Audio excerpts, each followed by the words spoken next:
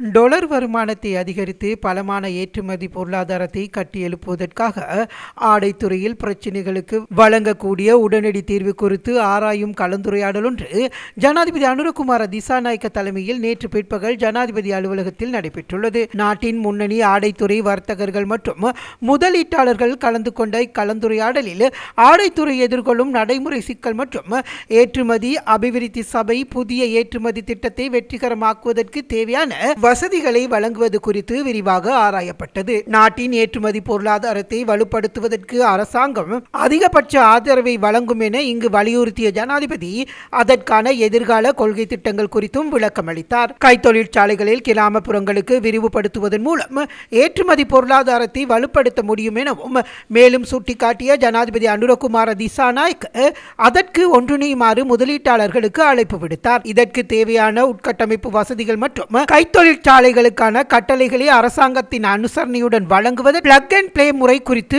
இங்கு கலந்துரையாடப்பட்டது.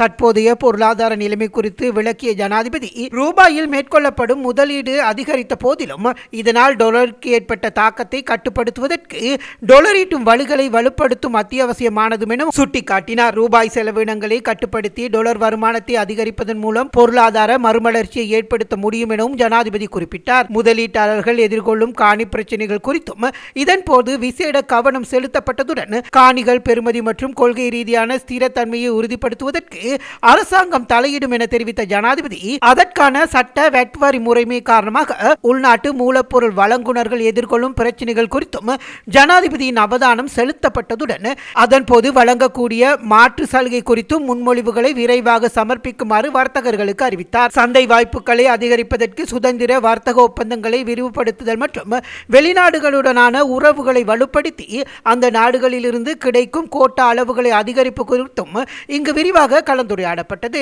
வர்த்தக மற்றும் முதலீட்டு நடவடிக்கைகளை மேலும் திறன்பட மேற்கொள்வதற்காக வர்த்தகத்திற்கான தேசிய ஒற்றை சாளரம் இந்த ஜூலை மாதம் இறுதிக்குள் நடைமுறைப்படுத்தப்படும் என எதிர்பார்க்கப்படுவதாகவும் முதலீட்டுக்கான தேசிய ஒற்றை சாளரத்தை இவ்வருட இறுதிக்குள் பூர்த்தி செய்ய திட்டமிடப்பட்டுள்ளதாகவும் இங்கு தெரிவிக்கப்பட்டது. சட்டவிரோதமான முறையில் ஈட்டப்படும் பணம் எமது நாட்டிலிருந்து வெளியில் செல்வதை தடுப்பதற்காக சட்ட மற்றும் தொழில்நுட்ப வழிமுறைகளை வலுப்படுத்த வேண்டியதன் அவசியத்தை சுட்டிக்காட்டிய ஜனாதிபதி பயங்கரவாத தடுப்பு சட்டத்திற்கு பதிலாக பொதுமக்களின் உரிமைகளை பாதுகாக்கும் வகையில் ஒழுங்கமைக்கப்பட்ட குற்றங்களை தடுப்பதற்கான புதிய சட்டம் ஒன்று அறிமுகப்படுத்தப்படும் என்றும் கூறினார். தமது பிரச்சனைகளை நேரடியாக முன்வைக்க வாய்ப்பளித்தமைக்கு முதலீட்டாளர்கள் இதன் போது ஜனாதிபதிக்கு தமது நன்றியை தெரிவித்துக் கொண்டதுடன் தமது பணிகளை முன்னெடுத்து செல்லும் போது ஏற்படும் பிரச்சனைகள் குறித்தும் சம்பந்தப்பட்ட அதிகாரிகளுடன் கலந்துரையாடுவதற்கு மாதாந்தம் ஒரு சந்திப்பை வழங்குமாறு விடுத்த கோரிக்கையும் ஜனாதிபதி ஏற்றுக்கொண்டு அதற்கு தேவையான நடவடிக்கைகளை மேற்கொள்ளுமாறும் அதிகாரிகளுக்கு மேலதிக செய்திகளுக்காக எமது யூடியூப் தளத்தை சப்ஸ்கிரைப் செய்யுங்கள்.